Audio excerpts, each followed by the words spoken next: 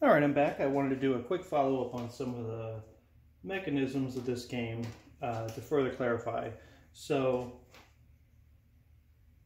where we left off, I was in this rift area and about to have another encounter. So essentially, some of the other things that can happen are I could try to overthrow this demon who's currently the dominant faction, and by doing so, let's say, okay, so this location here in the lower right was where the sanctum is. This is where this boss is. So if I were to eventually reveal this location, I would want to work my way here and destroy this guy. Now let's say that I'm not able to get here. Let's say that my navigation comes to dead ends, etc., and I'm just not able to get to this location. So I can overthrow this guy, and what happens then is the key that he has gets moved to the vault, which is actually here. So,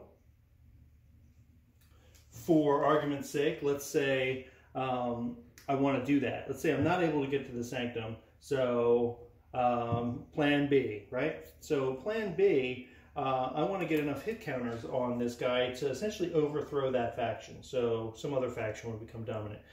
Now, the way that you do that, there's a few, and this is where we were talking about the Hellhound earlier, and this Hellhound is a member of the same faction as the boss.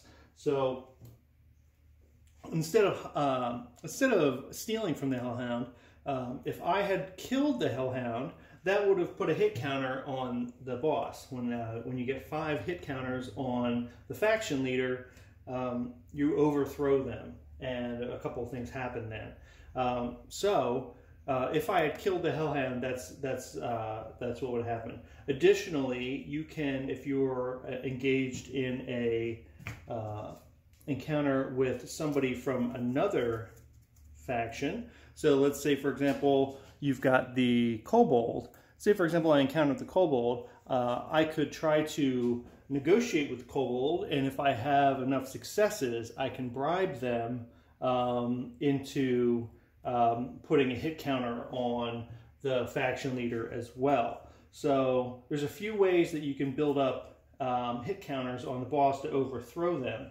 And then once they're overthrown, in this scenario, what would happen is, this can be variable depending on the scenario that you're playing. In this particular scenario, if this boss is overthrown, he would get shuffled, and this is interesting, he would get shuffled into the remaining encounter deck, because essentially he's overthrown. He's no longer got his postular palace. He's thrown to the 4 winds, and then you could encounter this guy, and he might not be happy to see you. So it creates an interesting decision point for players where they have to make a decision at some point and say, are we able to get there and defeat this guy and take his key, or can we have him removed, and then when he's removed, his key goes to the vault, and you can just go to the vault and get it because it's unguarded there, but you might run across him randomly. And also, after he's overthrown, there will be a new faction leader, so you would reveal the next one, and then the boss is now the dragon faction.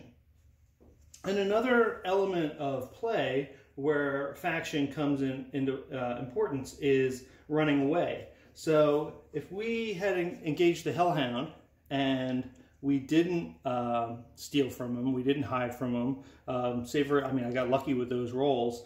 So if I was unable to hide from him, and he just dealt damage to me, and I was not able to really overcome him, and I wanted to run away.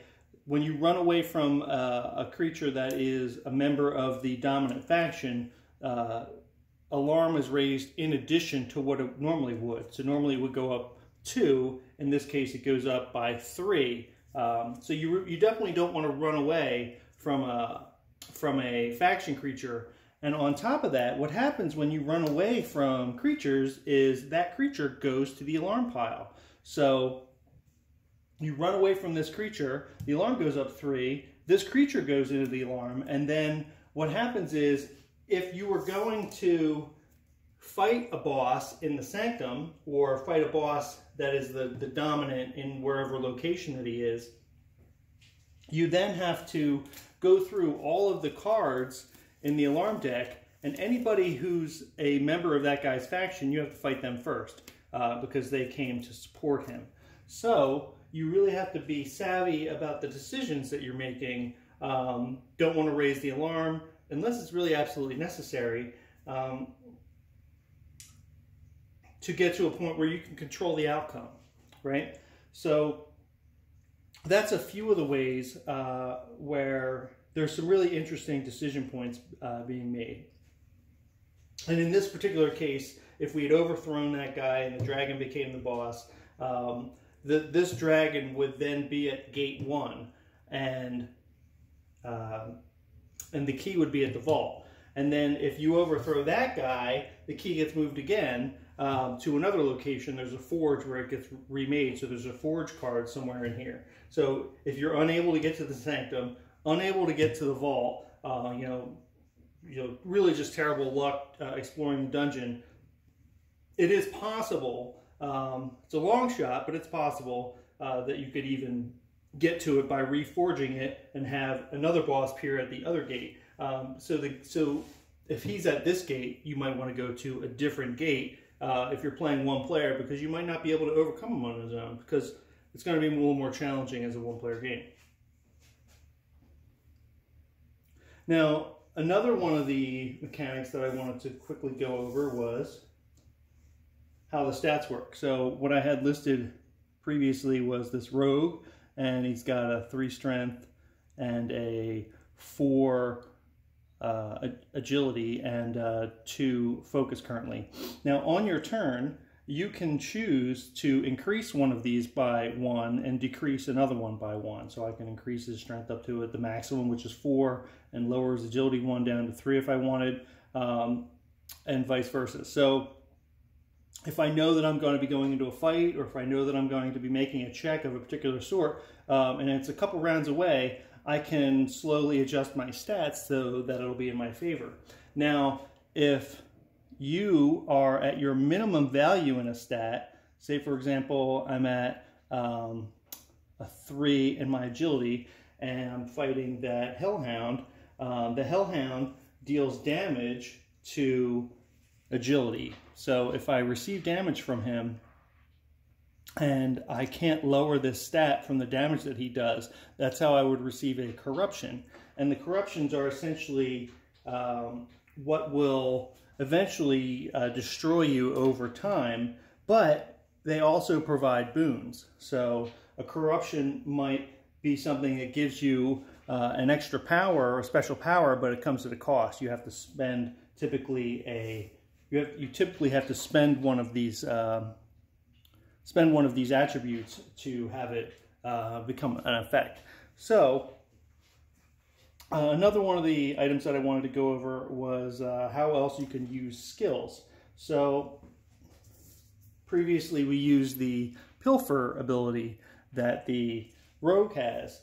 Now at the beginning of a combat,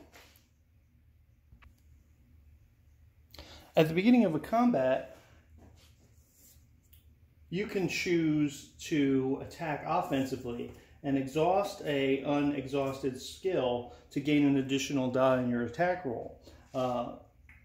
Another way that you can use skills in a general sense without their being used for whatever their list ability is, on each turn, when you're not in combat and you can move one of your stats up or down, you can do that during combat as well, but you have to pay by exhausting a skill. You might want to do that, for example, if you're fighting something that has reduced your stat to its lowest value, and you want to continue fighting, but you don't want to get any corruptions. So you might want to spend a skill and move another point from another stat into the stat that you're trying to bolster.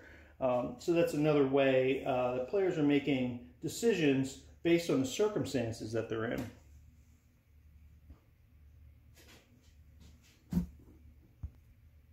And another one of the mechanics that I wanted to quickly go over was one called activity. which is listed at the top of that card there. So on the activity cards, there's a number of things that can happen. There's typically 4 different categories. On the top, there's either activity or alarm. When the alarm goes up, obviously the cards from the encounter deck are moved into the alarm pile. But when there's activity, a activity counter is placed in the nearest location. So for example, if I were in this room here with the Rift and I drew an activity card, which I draw every round, if the one that I drew specified that there was activity, I would place an activity counter in the room closest to me. And what that activity represents is now that there's some activity there. If I backtrack the way I came, I would have an encounter in that room.